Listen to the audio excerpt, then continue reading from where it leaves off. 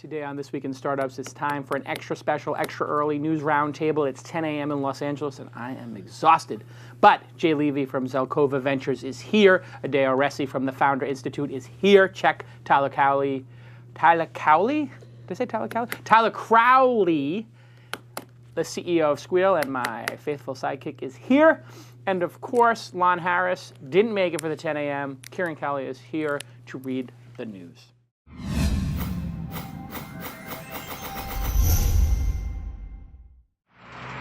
That's what it's all about, man. They said money is the root of all evil. What?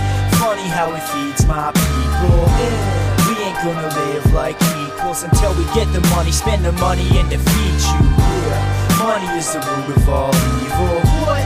Funny how it feeds my people. Yeah. We ain't gonna live like equals until we get the money, spend the money, and defeat you.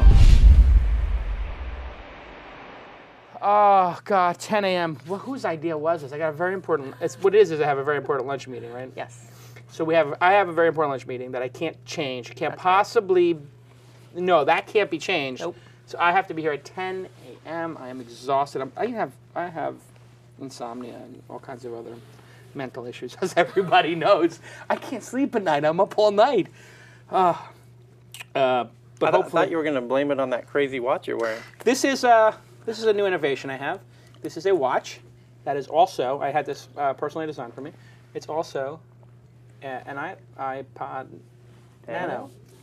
But what's great about this is it can tell the time, but then you can swipe over and be like, oh, let me show you, I love this thing. Let me show you my pedometer, and I'm walking, and hey, I'm walking here. And it does like a little pedometer. And you know what's excellent about this is, I have a big special announcement. Do we have the special announcement promo from the old broken down TriCaster? We are going to be in HD. Holy cow, within 2 weeks, I think. So the show is going to be in HD. Huge round of applause for that. Thank you, everybody. And that's thanks to these incredible supporters that we have. 57 brilliant, good-looking people with fine taste have become producers of This Week in Startups. If you don't know what this is, it's the most ingenious, sinister thing ever thought of. Hey, if you're a super fan of the show, you can then go sign up at TWiST to become an executive producer for $100 a month, a producer for $50 a month, an associate producer for $20 a month, and a supporter for $10 a month. Essentially, we made like a little private insiders club with Tyler, myself, Kirin. Oh my God, look, I got one button opened here. What is this, the Barry Gibb show? Somebody tell me when I do that. Talking it up. The Barry Gibb talk show. You guys watch that on Saturday Night Live? Oh, it's the greatest. Talking about chest hair. Crazy, crazy medallions. Talking it up. On the Barry Gibb talk show. I love that. You got to get more sleep. More man. sleep? Yeah. Justin Timberlake is the best host of Saturday Night Live. But I always say that after Alec Baldwin's on. But I have to tell you, Lady Gaga needs to get the first episode and then every year him the last. How is it that every episode of Saturday Night Live sucks, except for the ones when Justin Timberlake, Alec Baldwin, host? It's a lot to do with the host. I guess it does. Anyway, 57 brilliant people have joined. You get put on an email list, and then we sit here and we talk about producing the show, and you come up with suggestions of guests. We talk about what's going to be on the show, the questions, blah, blah, blah, blah, blah. It is working brilliantly. In 1 month, we've gotten $20,000 in support, which means... $24,000. $24,000? Yes. So basically, every week, $5,000 has been coming in. Something like that. Yeah. So $4,000 or $5,000, those 50 weeks is $250,000. So anyway, this is really helping the show grow. I mean, it's a possibility that the show is going to go daily. I don't want to tip my cards, but we're doing it twice a week, and I guess I just did tip my cards, but I'm thinking about oh, I almost said the F word. I owe $10 from last week, don't I? You do. Jesus. I won so much money playing poker, I can't even talk about it. Anybody got change over 20, baby? This is the best line ever. Somebody went to Sammy Davis and said, this woman goes to him and goes, hey, can I have change over 20? And he said, baby, 20 is change. My guest today on This Week, anyway, I owe 20, right? You can take the 10 that's in there. I'll just put the whole 20 in. Hey! Got you guys! Square jar, that's it. Wow, the crew is happy today. By the way, I'm the new CEO of This Weekend. Thanks to Mark Jeffrey for a great 1.5 years of service. He really got the company far along. But I'm in charge now. You know what's great? What? I take over as This Week in... I don't know, how many employees are there of This Week in? 1, 2, 3. Today? How many? I think it's on Friday, the 7 employees of this weekend. We announced on Friday that I'm taking over CEO. There's 5 employees on Monday. 2 people quit on the announcement. Oh, that's so funny. Bye-bye. Thanks for the professionalism and giving 2 weeks' notice. Idiots. Oh, God. Anyway, I'm the new CEO around here. I'm going to be putting a full hour a day into this job, and You need the Clint Eastwood soundtrack. Anyway, let's get to the news because this is getting ridiculous. But before I get to the news, let me tell you that GoToMeeting has saved my life many times. I need to do a meeting, and it's just like everything doesn't work. Nothing works. Nothing ever works. It's like that scene in the movie Funny People, where the guy, who's the guy in that movie? Adam Sandler. He's in one of the play groups after my play group, and it's just crazy. As an aside, my play group, me and 5 moms. His play group, him, 5 moms, and 6 dads. Everybody's a star effer out here in LA. I'm like, why are there no dads in my play group? And all the dads come to his play group. Anyway, there's a great scene in that film, Funny People. You see Funny People? No. You see Funny People? Yes. I thought it was one of his best films. It's sort of like his Razor's Edge. It's like his dark, reflective, funny, bitter kind of thing. And in the film, he's yelling at his plasma TV, "You pay all this money and it never works. The more money you pay, it never works." And that's the exact opposite of GoToMeeting. It just works. You pay one low price, it just works. I'm sure Adam Sandler uses it. I use it. Why wouldn't he? Mac, PC, iPad. GoToMeeting contest. Sign up for GoToMeeting. Remember to use the promo code START. And then send your registration to contest at This Week In and be entered in to win a 30-minute meeting with Tyler Crowley, the CEO and founder of Squeo, and Jason Calacanis. That is awesome. You get to have a 30-minute meeting with us. We'll record the meeting if you want, and only if you want, and then we'll publish it. So it'd be almost like a 30-minute clinic on your company, or 30 minutes of advice, or 30 minutes of you pitching us, whatever you want it to be. Thank you to GoToMeeting. We're doing the Producers Roundtable, which only those 57 producers can come to, after the show on Friday. Only the executive producers and the producers can come. Only executive producers can? Oh, really? Yeah. It's one of those privileges. You gotta. It's an upper tier privilege. I didn't realize that. Is that because we can't have that many people on the phone call? You gotta have the people who are most committed. Okay, all right, fine. I'll go with it. Anyway, that meeting is going to be when? June 3rd. June 3rd. See, that's what I like about Kirin. She's always on point. So June 3rd, we're going to have that meeting. And we do it on GoToMeeting, and it worked flawlessly last time. We'll work flawlessly next time. That's one of the great things about it. It always just works. My old friend, Adeo Ressi, is here. Adeo, sorry for the 7-minute crazy rant at the beginning of the show. It's just sleep deprivation. How are you doing, my friend? Very good. Yeah. And I see you're there at the Founder Institute HQ. Yes. Also known as a converted garage somewhere in Palo Alto. It's a garage in Palo Alto, but we're actually moving from a small garage to a warehouse. Wow, moving up in the world, Adeo. It's always great to see your success. Adeo and I are friends we met when, 1994, Adeo? In 94. I was your first advertiser. Yeah, Connie Connors Communication, Jeff Dodges from Razorfish. You were in the first issue of Silicon Valley Reporter. I will never forget that. Always loyal to you for doing that. And Jay Zelkova is here. Jay, how are you doing? How is Zelkova Ventures doing? Jay Levy, sorry. No problem. Well, thanks. Just keeping busy, trying to stay out of all the chaos that is the New York tech scene right now. Yes, it's booming. And there you can see the disparity. Look, on the left, you have Adeo in a garage with poor lighting, and in the right, you have pop art, beautiful glass walls, frosted glass, an Arion chair, and then you have Adeo on a Goodwill couch. That's the difference. See, the VCs. I have art, man. Yeah, I know. What you have is a tray that you framed. That's like an old tray from the 50s. That's like a iced tea tray from your grandma's house. You know the artist as well. It's Alex Arcadia, but we'll. Oh, it's Alex Arcadia. It looks great. Let's do the first story. Go ahead and read the story. Come on. All right, our first story was the big story of last week. LinkedIn went public. This is the biggest internet company IPO since Google in 2004. They priced their shares at $45 a piece, and they went as high as $115 on their first day of trading. The price has since dropped, but the company is valued at about $8.5 billion, or 22 times its 2011 revenue. And it's interesting because when the shares were trading on second market about a year ago, they were at $14.50. Wow, that is amazing. And what do we take from this, Jay? Jay, what are your thoughts as a VC on the LinkedIn IPO?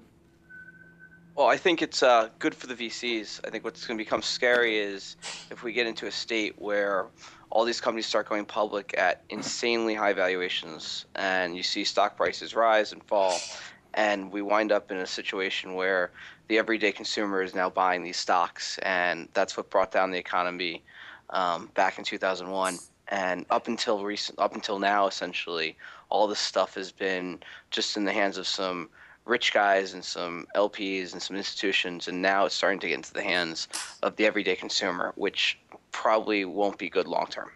Okay. Some people bought as high as $122 here. I think it maybe intraday traded a little higher.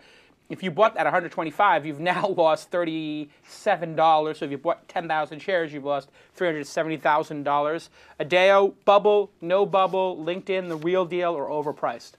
Well, I think the bankers underpriced the deal, right? You look at Facebook being valued north of $50 billion, and LinkedIn, which is the business version of Facebook, with the bankers valuing it and, under $10 billion, they definitely mispriced the deal. I don't think LinkedIn's the signal that it's a bubble, but there definitely is a bubble going on. And in fact, I think we'll probably look in hindsight as the summer of 2011, maybe the fall of 2011, as sort of the beginning of the apex of the bubble. The tip of the iceberg, perhaps? We're heading up the tip of the iceberg. Yeah, and they will probably start to peter out in mid 2012, but we're definitely on the apex right now for sure. Yeah. Tyler, what are your thoughts? You've been watching this. You got the inside line on a lot of things. LinkedIn, the real deal, overpriced, what? No, it's real. Like, we spend more on LinkedIn than any other thing you can think of here at Mahalo. Yeah. We had that $500 or $1,000 a month $500 account. Like, and they gave us we shouldn't even say that, because that's probably like a $5,000 account they gave us for $500. Does that mean I'm compromised? Yeah, I mean, Jason, we use LinkedIn to filter every single applicant everywhere in the world. It's an indispensable tool. And we mandate that they have, for the Founder Institute, we've had 2,000 applicants, and we mandate that they have 50 friends on LinkedIn. And we operate in 4 continents, from South America to Asia. Right. So these guys are huge. Everyone in the world uses them. Jay, it's the real deal. Jay, can you chime in here and maybe insert a plug for your project as well in assessing LinkedIn? I love that embedded Founder Institute plug. But it is true. I use it at Mahalo. You use it. It is indispensable. And for some, I have to say, if you told me right now, pick LinkedIn, Facebook, I stayed LinkedIn. I'm keeping my LinkedIn account. LinkedIn or Facebook? I just came from LinkedIn or Facebook? Let me say LinkedIn or Facebook? LinkedIn, because I just came from a meeting. I LinkedIn her 10 minutes before she got there. She confessed it's unrelated that she starts asking about the stuff I've done, and she's like, "Yeah, I looked you up on LinkedIn, right?" But this Kirin, LinkedIn or Facebook? Just came from the meeting. LinkedIn. You have to give up one. Which one do you keep? LinkedIn or Facebook, gentlemen? LinkedIn. I keep it. You keep LinkedIn. Jay's going to be 1 out of 5. You say you're keeping Facebook. Why? I think LinkedIn is where business relationships go to die, personally. Really? I love that line. Where business relationships. What do you mean? It's like I'm blowing you off, so I'm just going to talk to you on LinkedIn?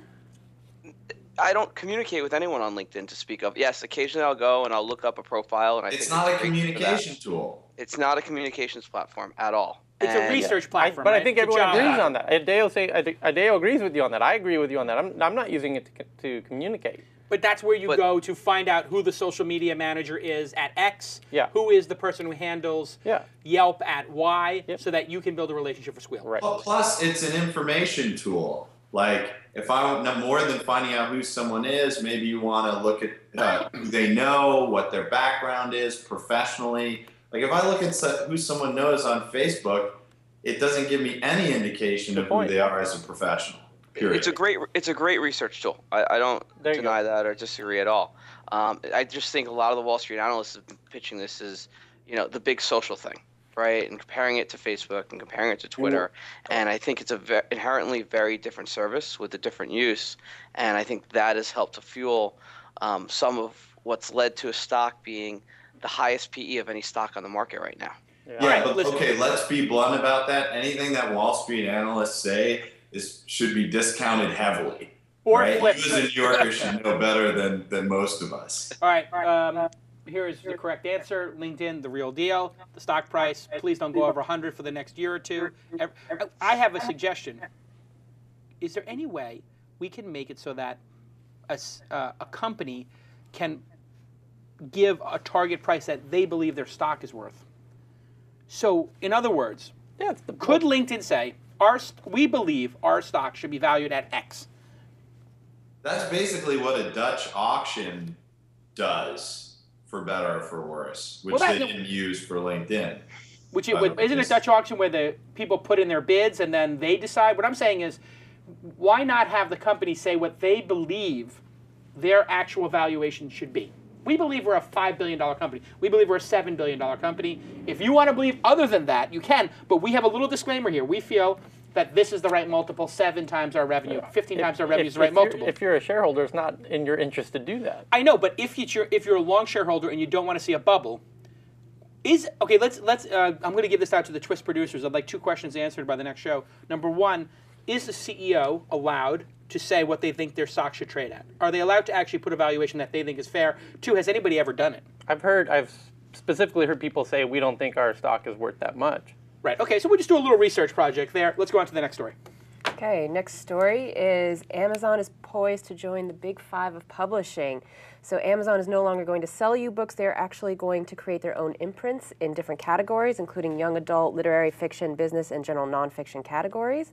As you know, they already own the majority of the e-reader market. In fact, they're selling more books on Kindle than they are print and hardcover combined now. And Amazon, of course, has the lead. So what's going to happen now? I think what you just heard was 1,000 violins playing for book publishers who were providing no value or little value in the food supply chain. But boy, is this an example of just totally undercutting and destroying an industry that you told for 10 years that you were not going to do that to. Adeo, what's your handicap here? You mean, do I think Amazon's going to succeed? Absolutely, but they have stiff competition. The Nook came out today with a beautiful unit that's cheap and has very 2 months of battery life. So this will be a contested space. Amazon has a lead, but people are going to claw their way, and it's going to be a tight race for sure. But if we see consolidation here with the publishing of the book and the selling of the book and the selling of the device, everything collapsing into one company, what does that mean for television? Does that mean television is going to be HBO is selling TVs or iPads, they're selling their shows, and they've got an app? Oh, wait, they do. Is this the consolidation of all media?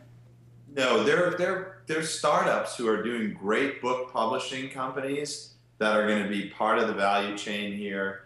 What you were right in the opening line, Jason. You got these big behemoth publishing companies that have lost touch with what the consumers want, with what the writers need, and Amazon's going to be one of multiple players that take over and put these. So the publishers got what they deserved in your mind. I'm going to summarize. Jay, what's your thought on this? Amazon, should they be biting the hand that feeds them books?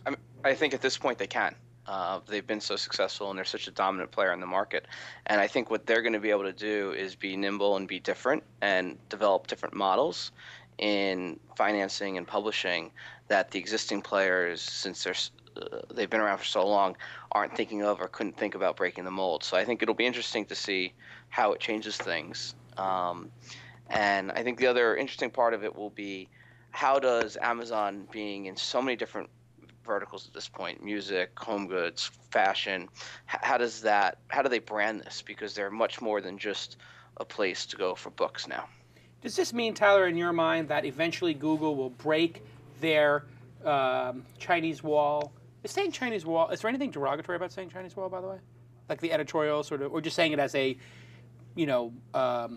sacred wall? There's nothing sacred. It's like a sacred wall, though, right? Asian wall. Well, I'm not going to say Oriental wall. I mean, obviously that's racist. But Bamboo wall? Don't be racist. Bamboo curtain. It's called the bamboo curtain. No, but when people say Chinese wall, I'm always thinking about who's offended by what. But is Chinese wall we always say Chinese wall when we were Silicon Reporter between the advertising and whatever. Anyway, the Chinese wall, as it were, one TWiST producer tell me if I'm a racist, please. There's no intent of racism there. Is a Chinese wall between in Google's business between being a platform, an advertising platform, and publishing platform, and being a content owner. Is that the next Chinese wall to fall? Yes or no? Yeah. Yes. Yes, they're already getting pushed. You believe that Google will become a content company? They say they're not, up and down. But Jason, Google's already publishing out-of-print books, right? So, end of story. Are they a publisher? Well, I mean, technically that is the definition of a publisher. If you're taking something out of print and putting it in and publishing it, that's a publisher. Jay, what do you think? Is this inevitable? Is Google going to say, you know what, F it, we're going to just go right over and start publishing? They just acquired one of the video startups. I'm not drawing a blank on the name. That was based here in New York. Next New Networks. There you go. That's right. Good point, Who's producing content. So, I mean, I think they are signaling they're going that way. The Chinese wall is dead. It only exists in the mind of old school reporters at the New York Times. I mean, look at all the popular blogs today. They are far more read than any of the newspapers equivalents. And the reality is that they have no Chinese wall. Next story. All right, next story. Groupon partners with location tracker Looped. Looped, which tracks users' locations persistently without the need for manual check-in, will now send push notifications when a Groupon deal is nearby. Groupon extending its mobile availability gives it a jump on Facebook deals, which hasn't rolled out for mobile yet. And of course, we also know that Groupon and Foursquare are in partnership talks that would target deals at check-ins. Where's this all going? I would like to. The guy Sam is a really nice guy who runs Looped. It's a Sequoia company, so I see him sometimes at those sort of meetings. But let's face it, Looped is a distant, fourth in this location race. They've built a beautiful product, but they haven't gotten anywhere. Right. I think that this is the start of an acquisition. Adeo, what are your thoughts on this? I think Groupon's going to partner with everyone to get market share. And Looped, the one thing I'll say about Looped that's nice is they're one of the first companies that actually said, hey, we have this service. It would be better as an API. So they're the furthest along in terms of an open API, and that's probably why Groupon did the deal with them first. But my guess is Groupon's going to do the deal with everyone. Groupon's going big into mobile. Groupon's going big into mobile. Yes. And how so? I mean, they have the mobile app. And didn't he create like a little Skunkworks project where you could say, like, I feel like I'm bored, or what was that Groupon project? Remember that? Somebody put it into the chat room. There was a little sort of Groupon thing. Jay, have you been watching the location-based space? Do you think Groupon and Foursquare are on a collision course? Is it the same business, in fact? I think that both Groupon and Living Social are building out real-time location-based offerings. That they want you to be standing on a corner in Times Square and get the ad for the Gap right there, which is very similar, obviously, to what Foursquare wants to do with the check-in. I mean, the question becomes, can they successfully do it with people being comfortable with the privacy, right? The nice part about Foursquare is you have to take action versus things being pushed to you. It can become a little creepy. So I definitely You really think young people care, or do they just care about getting the coupon? Young people care that Groupon knows where they are? I don't buy it. It's creepy, dude. Is it creepy if you're over 30 or 40? I mean, it feels like these young people just don't care. They want to live in the Truman Show, It's all we live in public at the end of the day, right? It's creepy. All right, it's creepy. Moving on, next story. All right, next story. Square brings one-click ordering to offline merchants. This was a big announcement yesterday. You swipe your credit card at a shop, like at a coffee shop, and then you can leave your card on file. With Square, you can go download the coffee shop's app. Next time you walk in, you just tap in that you want to start a tab, and you go to the register and you say, hey, my name is Jack, put it on my tab. Wow. And you don't have to worry about pulling out your card ever again at that shop. I think I'm going to make a prediction right here. I think Square is going to ultimately have a bigger exit than Twitter. Adeo, what are your thoughts on this? Crowded market. I wish them well, but I mean, it's a really, really crowded market. They're executing well. This is a great idea, but they're coming up against stiff competition. From who? The existing POS vendors? Apple's releasing their POS, so the rumor on the street is, and that thing's awesome. And Intuit has a pretty good system, and they have a relationship with all the banks. So that's three parties right there that are pretty big, competing for the space, and then throw in 1,000,001 other startups. So it's going to be hotly contested. Does this wind up replacing? Does this replace credit card companies, POS systems, point of sale systems, Jay. Who's the loser in this? So I worked at MasterCard for a year. I think these guys are definitely getting bought by one of the either Amex, Visa, or MasterCard, and pretty quickly. Could they replace an Amex? Well, no. I mean, could they compete with an Amex or a Visa if they? I'm talking 10 years from now. 10 years from now, not today.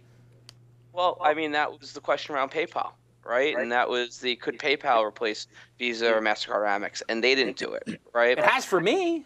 For, I don't know, half my purchases are PayPal. And you know, how are you getting money in and out of PayPal? Through a direct transfer from my bank account. Okay. So, I mean, I think you're a small sect. I mean, if you look at the profits of the credit card companies, they've been going through the roof. They're sitting on a ton of cash right now. And they've been working on stuff like this for 10 years now. When I was there, we were paying by cell phone in the cafeterias and stuff of that nature. And I think that they're going to pick up Square sometime soon. So it's a takeout candidate. And keep in mind that the NFC technology is coming out any minute. So explain what NFC is. So near field communication. So the new Android and iPhones will have this. They'll have a chip in your card that will identify you. That's the biggest threat to credit cards and frankly to Square, because you take your phone in the store, you tap it on a thing. You don't even need to tap it. It knows you're in the store and be like, buy, right? It knows who you are. It might even link to your PayPal account. So the reality is this near field communication technology coming into phones puts the credit cards and Square at risk, more so than Square putting anyone at risk. And I think Square is a great company, by the way. Tyler, you're embedded in the location space now with your new startup, Squeal, which is doing wonderfully. I just came from Chicago last night at the NRA show, National Restaurant Association show, and every POS system in the world is there. Right. And my God, there are maybe 100. I didn't realize. You think there's 10, right? No, there's Squirrel and this one and that one. No, but now it's everything's there's aisles and you go to an expo, right? I mean, there's rows of iPad POS systems. Really? Rows. Not so unique. Maybe we just have a little selection bias because we all love @Jack. Frankly, they all look like crap compared to Square, from what I've seen. So execution is everything. Yeah, and but Odeo's exactly right. Like if Apple comes out Adeo? Adeo. Odeo, I like that. Odeo. If Apple comes out with a POS, like that's going to be game over.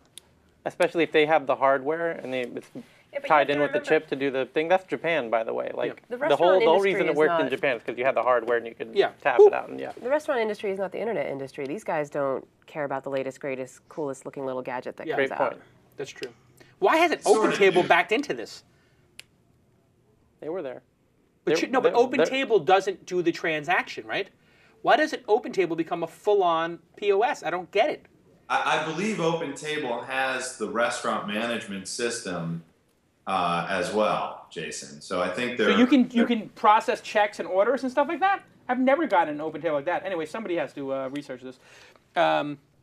Let's do the last story before the commercial break. All right. So a company we know a little bit about, Eventbrite, raises $50 million. It's going to take on Ticketmaster now. Eventbrite has now raised almost $80 million. It says it plans to use the cash for technology improvements and international expansion. For instance, they're selling tickets to a Black Eyed Peas concert for up to 60,000 seats. Thoughts on Eventbrite? Jay, are you an investor? We're not, but about time there's some startups going after Ticketmaster. I think we're all, sick of that company, sick of the service, sick of the fees and the prices. Though I do have to say, I was on the site the other day and I was amazed. They now allow you to pick your exact seats for certain events. Oh, so awesome. It's no longer like just best available. It's like choose the exact seats, which is some innovation, which I think is being forced on them by companies like Ticketfly and Eventbrite and the others in the space. So I think it's great. I think that the vendors are going to be open and eager to working with these guys because Ticketmaster has had a virtual monopoly on the industry for decades now. Adeo, what are your thoughts on Eventbrite? Kevin Hart's great entrepreneur. Yeah, it's literally one of the great companies of our time. I mean, I use them, you use them, Jason. It changed the event industry from the ground up. So when you have an innovator like that in an industry that had no innovation for years, they've moved so far ahead of the competition. I think these guys have a real shot at being the next big company of our time. It's B2B, so it's not going to be a big sexy thing, but it's an awesome company. What are your thoughts? What a nice, I mean, it's a daunting task, but to go into something like exactly as Adeo said, where your competitor, the really only big player in the space, is basically hated. That's a great position to be in. It's a pretty good position if you want to be loved. I mean, Kevin Hart's a great guy. Ironically, the night before the launch conference, he was scheduled to be a judge. He dropped out, even though he was a partner in the event. Well, you know why he and did I asked him, why are you dropping out? You're such a great entrepreneur. Everybody would love to hear your opinions. Yeah, and he's a major angel investor as well. Exactly, and we're friends. Why would you drop out of my event at the last minute? Do you want the answer? Well, he didn't respond. I don't know. What was the answer? I know the answer. He's great. And you know what else, Jason? He's really humble. He'll come up to you in an event, be like, oh, you use my product? Tell me what's wrong with it. Why was he afraid? afraid? He'll work to fix it. What was he afraid of? You don't get CEOs of big companies that have raised $80 million randomly surveying users at events. I love him. He's awesome. That's why I wanted to be. But you're saying he's afraid. Adeo, what could he possibly be afraid of? What do you mean? You said he was afraid to come speak at my event, the launch event. What would he be afraid of, Adeo? Do tell. Well, there was rumors told that he would be banned at other events. You're saying by speaking at my event, another event producer would ban him from speaking at his event? There's a story related to this later on. Okay. Yeah. Well, let's go. Go to the next. Interesting. No. We're going to take a moment to pause, because that's a really interesting. But we're going to keep people coming back.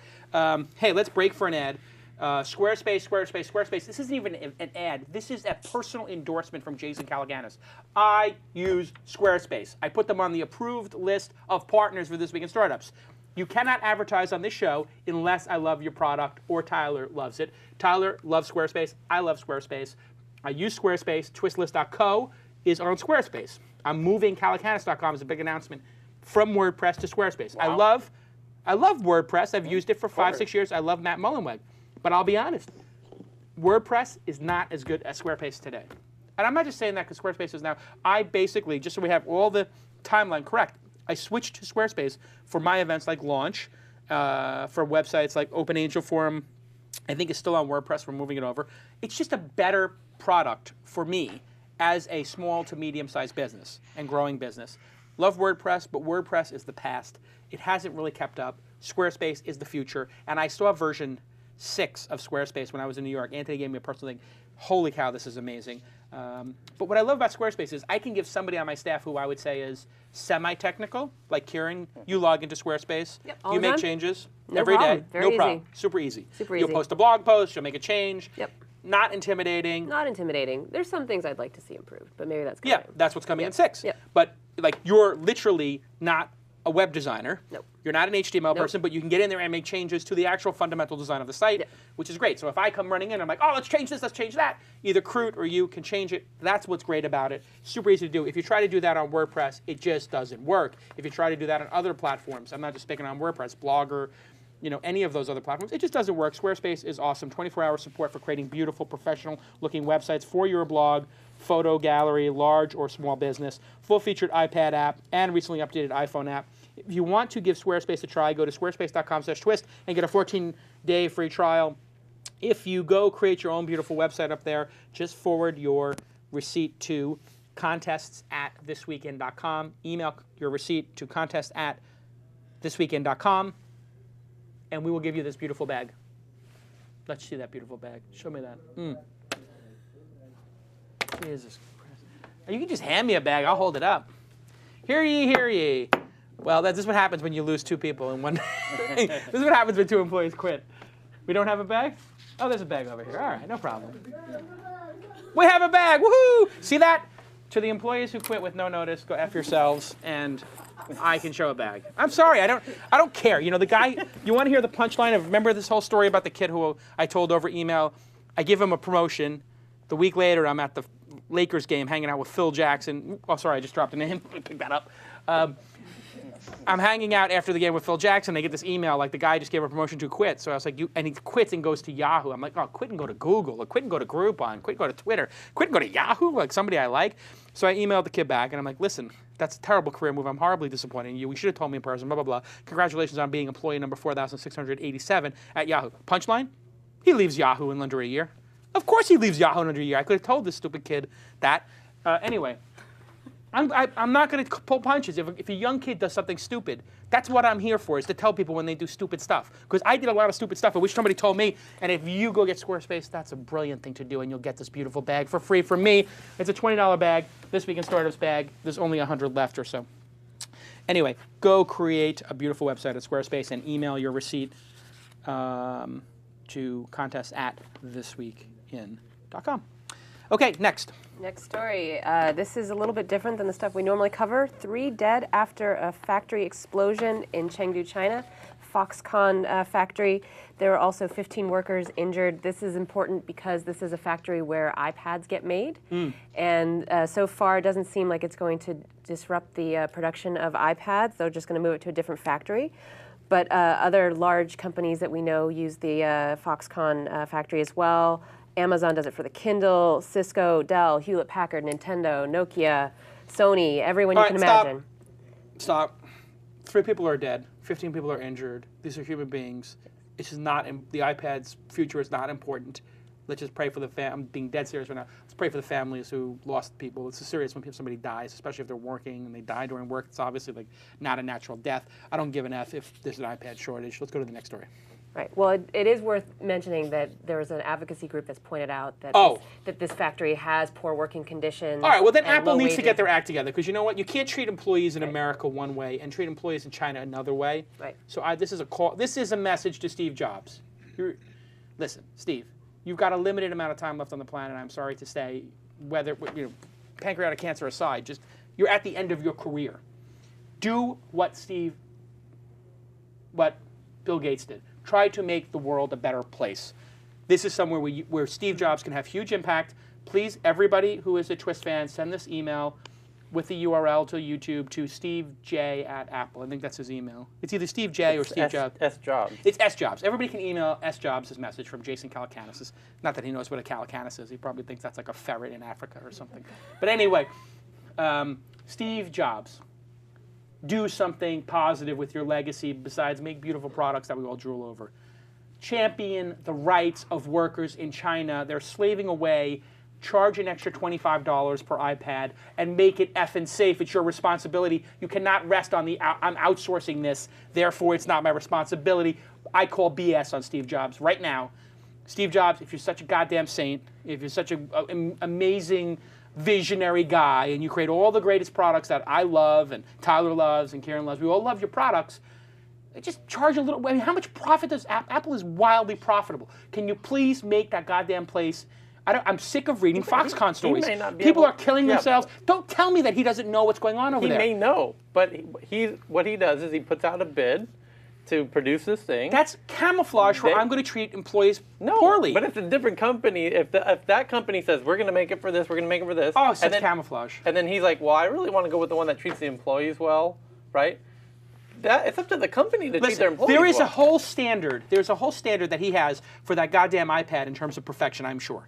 Like it can't have this many smudges, that there can't be this many cracks, it can't be this deep defects, and if there's this many defects, you have to pay X. Why doesn't he have a document that says, if anybody commits suicide, you pay $1 million to the family? Yeah, why can't he have a document that says, if anybody dies, you have to pay $3 million to the family? The suicide rate at that factory is less than the national average. Okay, fine. That story may have just been, we don't know the national, do you know the national average in China? No. Okay, so who knows if no, okay, so anyway, putting aside the suicide thing, which I agree, when you have 100,000 workers and 3 commit suicide, it may just statistically be that. I'm with the Reason Technitarian Party. So if that is, in fact, facts, Jason, facts are facts. Yes? The scary part of that was they had to build an 8-building complex in order for the iPad 2, and they built it in 70 days. So it definitely sounds like there was some corners cut in order to build the factories. But look, I agree. We have workplace desks here in the U.S. all over the place. I mean, it's not uncommon, obviously, when this happens. It's a big company, so people like to go after them. But This I think we're Foxconn probably seems like only a bad hearing one actor to side. me. No, Apple can't fart without making headline news. The fact that if this was if this was RIM, if this was the Google phone, if this was anybody else, no one ever would have heard of this. Well, nobody's buying those products, so a delay in that product. Yeah, that's a fair point, Tyler. But I just have to say, if you're the leading candidate, if you make the most of these products, that's leadership. And that's my point about this is, yes, most CEOs, who cares? They're transient. Nobody's going to remember them in the history of time. 300 years from now, nobody's going to know who the CEO of Nokia was, nor should they. But 300 years from now, people will know. They'll look at Steve Jobs like Edison, and he should make part of his legacy, the tail end of his legacy, like Bill Gates defined the tail end of his legacy. Steve Jobs should make workers' rights and safety and in fair China, around the world, globally, his mission. Why not? He needs a mission. I mean, you could try, I guess. Yeah. He could try. He could dictate. He could dictate. Hey, man, start building some iPads in Middle America. How about that? And charge $800 and put the $800 iPad next to the $600. There are some Americans who will buy the $800. I don't mean to go all like. I'm not trying to pander to the South, even though I'm discussing putting this show on Clear Channel on a national basis. But I'm going to pander to the South. Let's bring some jobs back to America, people. Go ahead, Adeo. The reality is he doesn't choose the vendors, as was said earlier by Tyler. There's from what I hear, Apple has a bank of housewives in operations whose job it is to pick and beat down vendors on price and things like that. And the reality is he's not the only one making products there. It's HP and everyone else. So wait, did you say a bank of housewives? If you really wanted to affect change, you would call upon all the CEOs of the companies listed and say, hey, you should all put this in place, because otherwise he'll move to another factory and Foxconn won't change because they'll pick up production from another major manufacturer. This is the thing with the engagement in China. China will behave badly because they are at the beginning of their democratization, the beginning of their change to a free market economy. We have to lead them into the right direction, not lead them in the wrong direction. We have to set good examples, not bad examples. Right now we're setting bad examples by turning people over like the Fulong, who are just a religious group of knuckleheads who want to go dance in the park and whatever they're doing. Like they're doing Tai Chi in the park and it's some religion and they think it's a cult in China, so they're putting all those people in jail. And it turns out Cisco might be putting those people in jail or something I read. I just read the headline on Tech Meme. But the fact is we have to tell them how to behave over there. So do you think a boycott of Apple would have any effect? No, I'm not boycotting Apple. That stuff is delicious. I'm not going to boycott Apple. It's like say we're going to boycott. It's not realistic. No. There has to be leadership in those companies, and a more effective route is for people who have influence, like myself, like the people on the show, like the people on Twitter. If Robert Scoble and Mike Arrington and other people say, "Hey, Steve Jobs, this is ridiculous. Charge us $25 more for iPad and make it safe." If you get 20 journalists to do that, Steve Jobs is going to listen. And that's what people don't understand, the power of social media. The social media marketing, people and all those other people, consultants, social media ninjas, whatever, like that whole space is all BS, largely. But the power of social media to create change, if Ashton Kutcher gets Mike Arrington, like Ashton Kutcher does a lot of this good work when he did his thing, like, hey, let's try to stop slave trading of women around the world, and he creates an ad campaign. It gets tweeted, tens of millions of times. That stuff has an impact because now it's been raised on the agenda, both politically, socially, globally. It's important work. Let's go on to the next story. Okay, definitely a different story this time. A little mobile app called DoAt raises $7 million, and this is important though because they're trying to tackle mobile search. So Jason, you know something about search. They think that Google doesn't really work on your phone, and if you download the DoAt app to your iPhone, it allows you to search very easily for things like movies, restaurants, shops, etc. I have to say I tried it last night, not really impressed, but it's a good, I'm playing it here on my screen so we can just, I'm not going to play the sound, but we'll just get a little taste of their promotional ability with this video here. I love the fact that I can just pull up this video. So what they're doing reminds me a lot of what, what's the guy we had in the skulls? Rich Skrenta's company, Blackgo. Or Mahalo, or vertical search engines, Cosmix, which got bought. Everybody, you can make niche search and do interface work that leapfrogs the current search engines. The problem is doing that sustainably over some period of time to create enough value that you get people to switch. Right. My belief after suffering for 2 years doing this and watching other people crash into the wall, luckily I was smart enough to pivot hard and save Mahalo and not go off a cliff, but other people went off the cliff. You can't really beat Google. I don't think that Google and Bing can be beat in the next 10 years. I think maybe something will happen in search that will be social, editorial, or something in that vein that will create a leapfrog effect, like some change that would make it truly possible to get a big change. But I don't think that it's going to... I wish them luck, but I think it's really hard. And I don't think there's going to be enough differentiation. Every time I do a search with one of these new things, and I had this happen with our own, Mahalo was 15 to 35% better, but I myself wasn't using it because it was too much work to remember to type in Mahalo than Bing or Google, whatever the default is.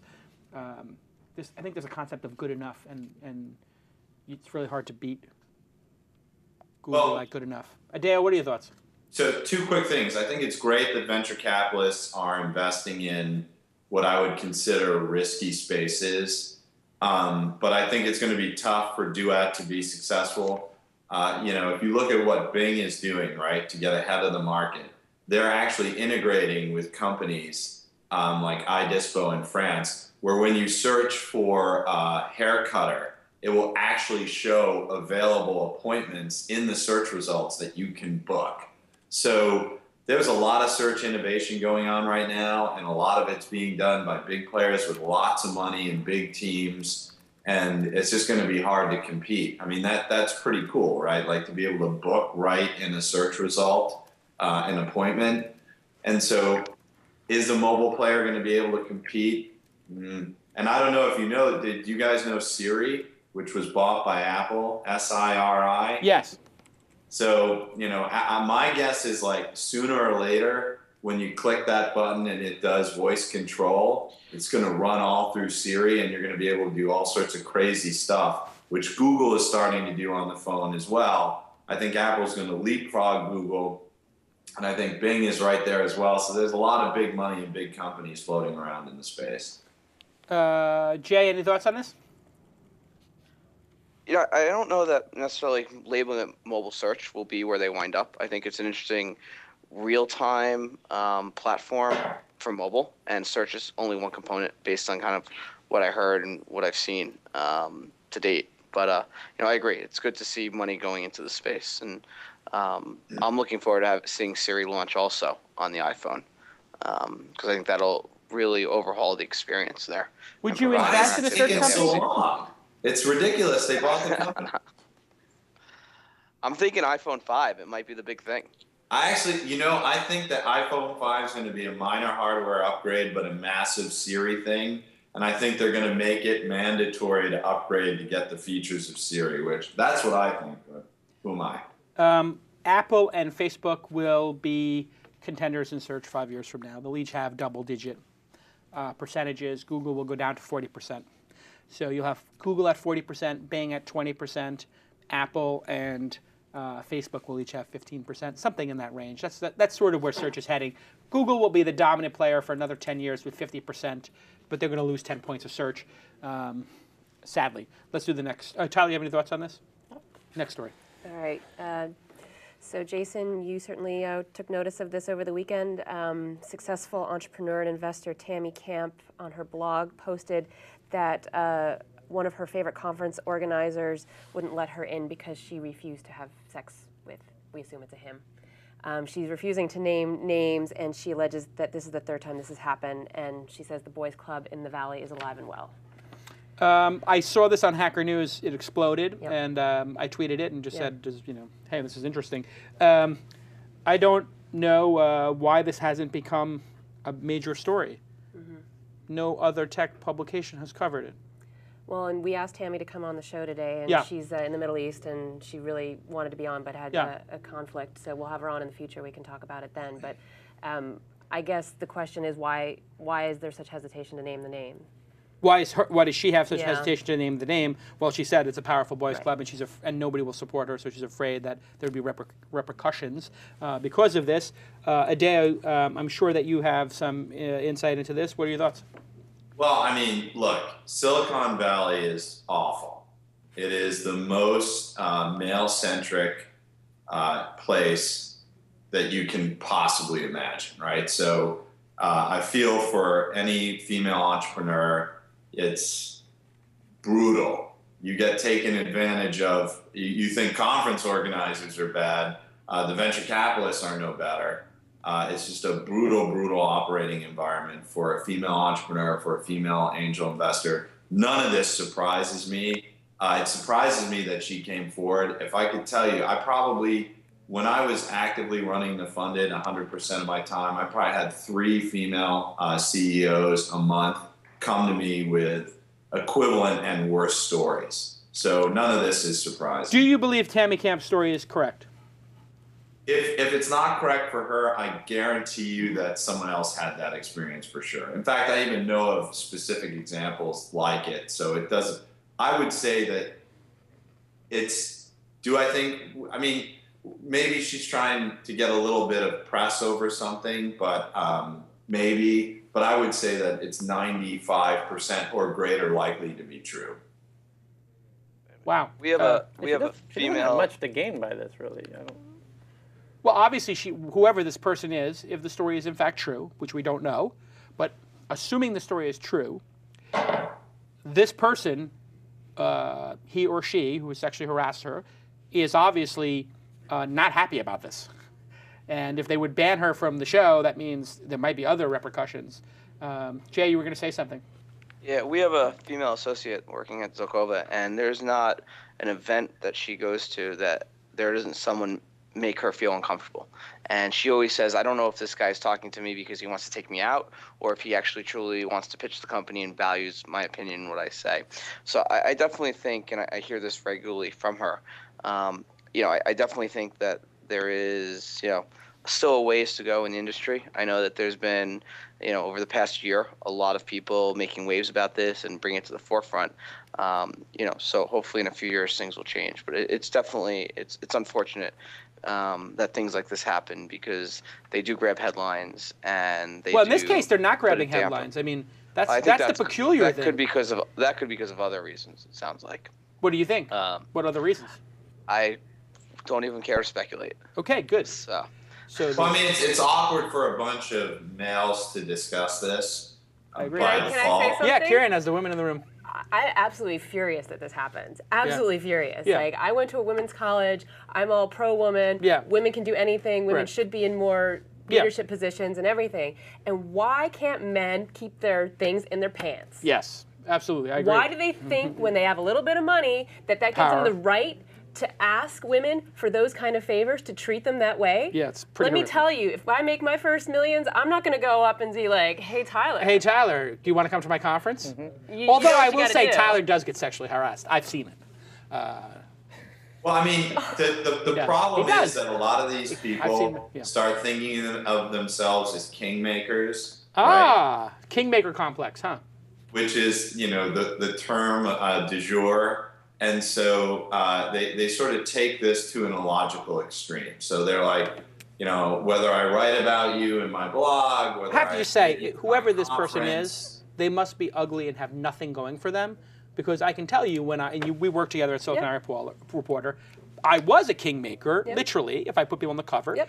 And I always had a lot of wonderful, intelligent women around me. I never made a pass at anybody. And I always had a very active dating life. I had beautiful women around me. I dated some spectacular women in New York. But I didn't need to offer the cover of the magazine for that. No.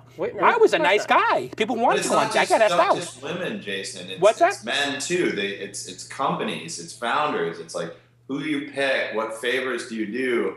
I mean, there's allegations of massive bribery going around in Silicon Valley. Massive bribery how, Adeo? Because I heard a story recently, too. Well, give me the broad strokes on that story. There's no question that all the major tech journalists are being offered significant bribes. Whether or not they accept them, I'm not going to hesitate to speculate. But I know that they're being offered on a weekly basis, and they're not small. And I'm sure that. What would you say the range of a bribe for a tech journalist being, would be? Are we talking about $1,000? I would say it's minimum items about $2,500, like a MacBook Air type thing. And there was one case of bribery that did come out. Right, and you know what that might have been? In my humble opinion, that was like, hey, let's sweep it under the covers by looking like we cracked down and ended it. And in fact, that might have, because that came out, it probably bust open the doors. So, there's a culture of king-making going on for sure. And it's a little bit two-way because these guys are getting bribed. So Tammy probably said no, but I bet there's a lot of women who are, not as virtuous. So it does go both ways. How do we change this by the time our daughters are in the industry? Because this is sort of outrageous to me. I mean, I would like to change it right now, but it's a bottom-up and top-down thing. You need really strong female entrepreneurs that stand side by side their male counterparts in equivalent numbers, so 50-50, 50% male, 50% female. Why has that not happened in this case? I don't hear any female journalists talking about this story. Like, literally not one person has picked up the story. And, the tech publications are more than happy to pick up gossip and controversial stories. Why has not one single person, except for us on this show, talked about this issue? Because it's so rampant, it's like opening a can of worms. Interesting. Let's go on to the next story. All right. So, Adeo, this is one you're going to like. SV Angel revealed some interesting stats at the TechCrunch Disrupt conference yesterday. Oh, is TechCrunch going on this week? It is. Oh, that's a pretty major conference occurring this week. Yes, and as you know, we're streaming live and they're streaming live, and people are choosing to watch us over them right now. Really? Yes. What's the numbers? Did you see that little nice I did see that, actually. I don't mean to gloat, but gee, wow, if you can't beat... I mean, this show occurs weekly, twice a week. The beauty of the internet is you could watch both simultaneously. You could, but people could also be choosing to watch this over TechCrunch Disrupt. Right. Which is a fascinating thing. I mean, I would say this show is more interesting than TechCrunch Disrupt. I would not say that this show is more interesting than Launch, though. But we put a lot of energy into that one day. Yes. But interesting that somebody could put all that energy into just a couple of days, and it doesn't beat out a show like this with 57 producers who put energy into one episode for 3 or 4 days. That is interesting on a statistical basis to me. Right. So because I'm on the show and Jay's on the show. I would say that Jay maybe doesn't help the ratings all that much, although he's a great guest. But Adeo definitely has a big following. So Jay's building a following. Jay's building a following. Well, anyway, so do I need to fall off a stage for you? Yeah, please don't fall off the stage. Oh my God! That little known Jay, fact. oh my God. Little known fact. Jay could sue me for $10 million and bankrupt me, but he didn't. He fell off the stage because we didn't have a bar on the back of the stage, and like a gentleman, he didn't sue me. I fractured my ankle in 2 spots. I just got out of the boot on Friday. Hey Jay. Yeah. Sushi every time I'm in New York for the rest of your life. Okay, literally, I'm taking you to Nobu for the rest of you. Whoops, sorry. I'll take you up on that one. I'm going to be in New York for the Read Write Web Summit. Hey, talking about a great conference, Read Write Web Summit, myself and Nick Denton.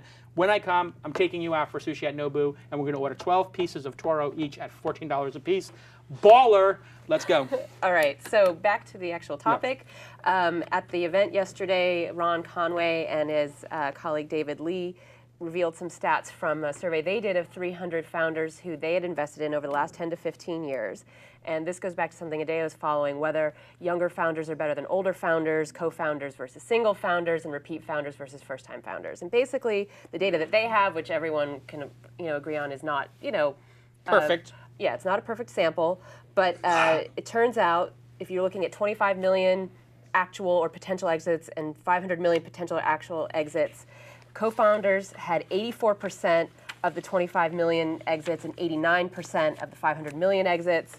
Founders under 30 had 47% of the exits that were 25 million plus, but 67% of the 500 million plus. And repeat founders, of course, more successful, 63% of the 25 million and 90% of the 500 million. So, Jay, what do you think? Can I just say? Yeah. I'm physically angry here. I asked 100 friends of mine if they like pizza. 97% said yes, so I'm willing to speculate that 97% of the world likes pizza. I've decided. Most of my friends are older and they're entrepreneurs, so older people are entrepreneurs. I've decided. You can't just look at I think the people that you work. The sample set is so badly biased because Ron Conway is known in Silicon Valley to invest in young founder teams. Right? So thus the data skews younger and teams. So to say that there's any conclusions derived from that is ridiculous. Also, if you're a second or third time entrepreneur, you may have hung it up. So you may have less. Like, hey, listen, if I sell Mahalo for $1 billion, God willing, and am I ever going to go back to work? No. So you may have this situation where people who are older, who are successful, are just opting out. Like Reid Hoffman stopped running LinkedIn 5 years ago, 6 years ago. He's not running any companies. He's investing. He's enjoying his life. No, that's not true. He's very active in LinkedIn. No, he's not the CEO anymore, and he's active, but he's working for a VC, is my point. Listen, he's a friend of mine. He's awesome. But my point is, at a certain point, you call in rich. That's it. You're not going to go. I mean, Mark Andreessen said the smartest thing to me one time. I'll never take a CEO slot again. It's the most ridiculous slot you can ever take. It's just brutal. You're constantly having to be under pressure, and you're better off just investing in these companies or starting them and being on the board. Well, it's so much easier. Mark Andreessen's technically the CEO of Andreessen Horowitz because it's not run like a fund; it's run like a company. But let's leave that aside for a second. Look, I have surveyed 2,000 entrepreneurs as part of the Founder Institute and given them like aggressive personality and aptitude tests, and the data that Ron and his team have concluded is just raw. Okay, Jay, what is your thoughts on it before we go to Jay's story? Yeah, I think I give them credit for publishing some data, but until it's normalized based on who they're investing in, it's useless, the data. And, David Lee, said in a comment somewhere that, yeah, you're correct. We need to normalize this data in order to, not have it be biased. I mean, they invest in a lot of Y Combinator companies. It's a rule of Y Combinator to have 2 founders, right? And who are under 30 is generally. Right. So it's interesting. I guess not, maybe not, but it's until it's normalized, and if they normalize also, I mean, what does it say? It's like, the only really glaring statistic here is that co-founders had more of the big exits. So maybe having 2 founders. Whoa, Jason, hold on. The other thing that if you look at what they said, these aren't actual exits. This is the team sat down and said, I think this company is worth around 25. Oh, okay. So these are useless statistics. Okay, so these are useless statistics. I think this company is Let's worth go on to around Jay's 500 post. billion. Let's go on to Jay's post. Right. So Jay published a piece on the Zilkova blog earlier today about what he's calling the venture Ponzi scheme. He says that angels are so eager to invest right now, they end up validating the high values that insiders, when they invest in a second round, are placing on their investments. Jay, explain the issue here. Yeah, and it's something we've unfortunately seen multiple times now. So what you've got going on is you've got startups that may have raised $500,000 or $1 million, then going out to raise some follow-on capital, and their existing investors are pricing the round, right? So maybe they're only participating for 30 or 40% of it, but they're saying we're going to price it at X, right? And unfortunately, what that has an impact on is it impacts the value of their existing investment, and you also have a little bit of taking out of one pocket and putting in the other when it comes down to pricing and valuation, because the higher you price your second round, the less you dilute on the other side. So what we're starting to see Hey guys, pull up my screen, please. Go ahead, keep going, Jay. What we're starting to see is quite a bit of conversations that are happening saying, and I've had one of these, we could do 12 or we could do 14, but it doesn't matter to us because at the end of the day, we're taking the dilution out of one pocket and putting it in the other, and it also helps to mark up the value of our existing portfolio. So why don't we just go with the higher valuation because it helps us? And it's the unfortunate part is what's then happening is you're getting some angels come in saying, yeah, I'm going to jump in at these numbers, and they're quote unquote validating these valuations. And in the long run, this is not good for anybody. It's not good for the founders. It's not good for the VCs. It's not good for the angels. So it's somewhat of a sham, and it's going on quite a bit right now. So just Can I ask a question, Jay? I mean, these caps are part of the problem, right, on the debt rounds that are getting ridiculous. They are getting ridiculous, and most people don't understand how they actually convert. So explain this in English, because this is an important point. Can I try, Jay? Yeah. Go for it. So basically what's happening is I put like $100 into a company and say it's worth 1,000. I'm just going to use low numbers, right? And then all of a sudden I say, and I think it should be worth in, a year's time $10,000. So it should get 10 times more valuable.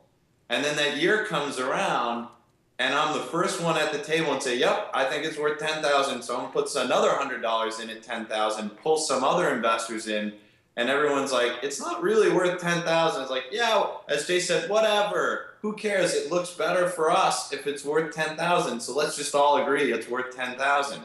Now, that doesn't sound bad, right? Well, who cares? The thing's worth $10,000. Everyone's sort of happy. Except now someone wants to buy it for $5,000, right? And then everyone, essentially, it's either a down round if it's an investment or underwater if it's a merger.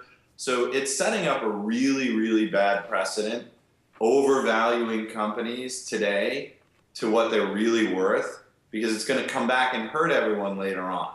But it looks great in the moment. Everybody go check this off. Check out the blog post at blog.zelkovavc, zelkovavc.com. We'll certainly be keeping an eye on that. Valuations are troubling. I've basically checked out of the angel investing business because I can't invest 25 or 50 grand in something and not get, at least a couple of points. I need to get, I don't know, if I put 50 grand in something, I would want to get 5%. If not, I'm better off putting 50 grand into something where I start the company, and then I own 80%, and I get somebody else to put in $200K for 20%. When I did the round for my angel round for this company, I did it at $1 million post. I just want to get the right investors in. I've been saying no to people left and right. Tyler brought me a great company. They just got some ridiculous terms. I said 5%, $50,000, or nothing. And they tried to get me to 3 or 4 points, but it's just not worth it for me. How can I get excited about that? How can I put all my energy into something where I own 0.5%? I mean, I get 0.5% or 1% as an advisor for doing nothing, essentially. An advisor is largely ceremonial. Advisor means I'm using your name to try to get the next guy to put money in. Any thoughts on the angel bubble, guys? 9 to 12 more months out. Not enough follow-on capital. And there's a timing issue between when companies fail and when companies are successful. So typically your companies fail in 12, 18, 24 months. Typical companies aren't successful for 5, 6, 7 years. So there's going to be this gap where all the angels are just like, wow, I just lost 5 of my 8 companies, and they're not going to have any returns to be reinvesting. So I think you're going to see the early stage money from the angels dry up. Yeah, I'm going to sit on the 9 to sidelines. 12 months. Yeah, I'm going to sit on the sidelines. I'm going to wait. I'm going to wait. I'm with you 100%, Jay. And the problem is you have 2 humps. You have a giant hump of early stage money and nothing in the middle. And then you have a giant hump of like Zynga style, DST, Russian giant fund money on the other side. And these startups are going to die as they try to cross from one hump to the other. And when angels get wiped out left and right, which is going to happen in 9 to 12 months, that's going to create chaos in the market. Yeah, giant barbell out there right now. Interesting. I think somebody says Arrington is bitching about me at the Disrupt conference. That's great. Michael, always remember that your greatest success was based on my idea. You may have stolen the idea from me, but you didn't come up with it. Stop busting on him. Sorry. All right, you're right. I should put $20 in here every time I bust on Arrington. Hey, it's my friend. What can I do? He just screwed me out of multi-million-dollar conference franchise that I now have to rebuild. But I'm having so much fun rebuilding it. It's way better with just you. It is better. I mean, you don't have Michael, he's so negative all the time and angry at the companies. I thought you were going to stop busting on him. All right, you're right. What are you saying? But the launch conference was amazing. The second day when we announced the winners, I mean, just this love in the air and just everyone. Joy. You can't believe people were actually that happy about a bunch of companies launching. Yeah, people were. It was like Really a genuine. revival. It was very genuine. And when Mike was there, we always had this problem where Mike would just say, Tyler knows because he was there. Mike would just always say something so nasty to somebody. Like a startup guy would come up and say, hey, this is my idea. I bought a $3,000 ticket. And Mike would just demolish the person. You'd be like, Mike, they bought a $3,000 ticket to the event. Can you just be courteous, like a base level of courtesy to the person? And he would just rip into them. It was just terrible. And everybody, all my friends keep telling me, shut up about Mike Arrington. You know what? I'm not going to shut up about it. I'll just keep talking. And I'm going to be honest like I always have been. Thank you to Jay and Adeo for being on the program. I know I'm radioactive. Sometimes I'm radioactive. Continued success. Everybody can follow Adeo. What's you're Adeo Ressi, right? Or at Founding. Or at Founding on Twitter. And everybody can follow Jay. Jay, what is your Twitter account? At Zelkova VC. Great, awesome. Two great advocates of startups there, and I really appreciate them being on the program. Thank you, Tyler Crowley. How's everything going at Squeal? Good? Good, yeah. Yeah. How can we help Squeal? If you know a retailer who, wants to minimize the amount of negative stuff being said online about them. The collateral damage. Yeah. Well, if it's the problem is that Google. Did I tell the Yelp PR story? No. The person who came here worked for the social media company that was doing Yelp reviews? No. Guy came in here for a job. I interviewed him. I said, what's your experience? He said, I worked for this company. Did I tell the story on the show or no? No. Oh, this is really insider stuff. I said, what do you do? He said, I do social media. I said, how so? He goes, well, we did Yelp reviews. I said, what do you mean? Explain it. He goes, well, we would write reviews. We had 10 interns, and I worked at this PR firm. We paid the interns, whatever, $8 an hour, and they would write reviews of Yelp places. Did they go to the job place? Probably not. They would just read other people's reviews and sort of make their own review. Oh, okay. That's in the New York Times right How many did you have? 10? Just over the weekend. Oh, really? Yeah. I didn't know. So anyway, this is 6 months ago. I said, somebody says I did talk about this. But so then I said, oh, okay, well, that's interesting. He goes, yeah. I said, how do you make money? He goes, oh, well, we would write a bad review about a restaurant that was really bitter.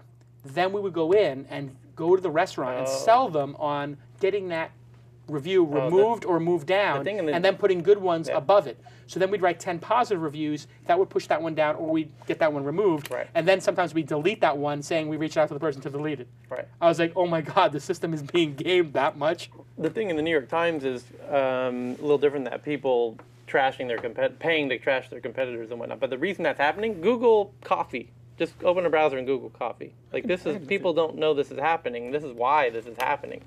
Like, it's not Yelp's fault. Google makes coffee? No. But see how the results now are all cut to a screen there? The results are all based on the reviews. And then look what they're aggregating Yelp and everybody else. You have to zoom in on those. See here? Where? No, right in here. See where it says city source, city Yelp, search, right. Yelp. Insider pages. Yeah, so if I want to see the coffee bean, here we go. Earth Cafe, Yelp, 611. So they're sorting by this. So here's the crazy thing: is some people are telling these. So here's restaurants, Funnel Mill, which is a great place. Yeah, but you go to a restaurant, and you're like, look, you need to take care of your reviews. They're like, yeah, we've been told it's good to have negative reviews and respond to them online, because then the customer comes there and they see we're reasonable. I was like, that might be true on Yelp. But that's not where they're seeing it. They're Googling coffee and they're seeing your review. If you don't appear on that front page, you're not in the phone book. It's like you're throwing away money. So anyway. If someone posts a negative review, a salesperson calls you up to respond to the review, except it costs $400 to post it. The whole point is to try and provide a way. There's a ZA site called helicopter.com that uses the same type of blackmail. Here's the thing. Somebody look into that. You remember MP3 file HelloPeter.com says that. File sharing. Right? File sharing. People used to do that because it was so convenient. You didn't want to drive to the store, right? And then iTunes comes along, makes it convenient to do it legitimately. Right. Same thing with complaining. The only way to do it conveniently is to do it on Yelp or on Twitter or whatever. And Squeal has made it so that you can just go direct to the owner. Squeal. Everybody loves Squeal. And thank you to @Squarespace and thank you to @GoToMeeting for sponsoring the program. Two great things. Go ahead and say thank you @Squarespace and thank you @GoToMeeting. Thank you. What is the story with that punch tab contest? Do we start that yet or no? We did a punch tab contest for tickets to the event you spoke at last week. And people came. I saw some producers there. Yeah. Who won tickets? Yeah, that's awesome. And then, people came who won tickets, and then the producers got tickets. Yes. Rewrite Web Summit is coming up, and I got 5 tickets to that, right? Yes. So I can give my producers 5 tickets. Yes. Did any of those get claimed yet? Yes, we got 3 producers who are going. Good. We have 2 tickets left. Yes. So if you want to go to the Rewrite Web Summit, you can join as a producer here and just save that money. There you go. I'm saying there's 2 left. I can't guarantee it that they'll be left. Yep. But basically, anytime I speak from now on, you tell them on the phone, I have to give 5 tickets for my producers. What a scam. I love it. It's genius. Yep. It's so sinister. I love it. I won't speak at your event unless you give me 5 free tickets. Then I give the 5 free tickets to my people. Exactly. So they get insider access. Yep. And they roll, because then I can roll deep. Exactly. I'm rolling deep at the event. I've got advocates at the event. I love it. You had executive producer Jeff Clapp at the event. Jeff Clapp, and Jeff Clapp was like throwing me up softball questions. I love it. So now I'm seating the audience of my people to be like, oh, Jason, you're so brilliant. Let me ask you a brilliant question for you to give a brilliant answer to. Anyway, thanks so much to everybody for tuning in. Thank you for helping us beat the TechCrunch Disrupt Conference. That's just warms my heart. Warms my heart so much. You got to go to lunch now. Oh, shoot, I got that important lunch. Go. Please, never again book a lunch on the days of This Week in Startups, because I can't do this at 10 a.m. I mean, I'm loopy at 10 a.m. That's why I come to the office at 11, 12, because I stay home, I work, I hang out with my daughter, I drink coffee, and then I work into the night. I always have been that way. You know that. I was always that way. And so can our reporter. We were in the office till what? 11, 10, 11? I think there were many nights I had a cab ride that you paid for. Yes. Home. That was always my buy dinner and buy the cabs. Yep. And then also somebody always walked the ladies to a cab, right? I always had that rule. I don't remember that. No, you remember that rule? I always had. Christ, can you help me out here? I'm trying to look. No, I thought I always said, like, have somebody walk you down to make sure you get the cab. It might have been. Maybe I told people that and they just didn't do it because there was New York City and everybody thinks they're a tough guy. We were Union Square. We were all It was all right, yeah. God, yeah, you're going to get, like, assaulted by some, model coming from Wilhelmina or something like that. It's like, assault you with their pita bread and cucumber sandwich. Well, this has been a great, fun episode. Well, no tolerance, zero tolerance. It's Tyler, you want to make a last-ditch effort out of it tonight. I had a dream that Lady Gaga and I went to Pearl Harbor last night and took a bunch of pictures, and we were both crying at the memorial. What does it mean? I think it means I had 2 glasses of port. Yeah. Why are you dreaming about Lady Gaga? I think it's because I watched Saturday Night Live, and I was obsessing over... I thought Lady Gaga was stupid when I first heard of it. deal. And then after the Zynga deal, I'm in love with Lady Gaga. I think she's brilliant. I actually love this. I love this Lady Gaga. Bring me Lady Gaga. Let's have her on the show. No, I think she's brilliant. I mean, and then I'm dreaming about Lady Gaga, and we went to Pearl Harbor on a private jet, and we were taking pictures and using all the weird filters on Path, and taking pictures of each other, and then we were crying in the memorial. It was very weird. That's the way dreams usually are. Very weird. And I guess it was like a combination of watching her do that Bring It On Down to Liquorville SNL skit with Justin Timberlake, because it's sort of so funny. And I was laughing about it with my wife all night. And I had 2 glasses of port because my insomnia, I can't sleep, and I don't want to take pills to go to sleep, so I just drink 2 glasses of port. But then I get loopy dreams. It's crazy. All right, we'll see you next time on the Swing Startups. Best rant of the week. That's what it's all about, man. They said money is the root of all evil. What?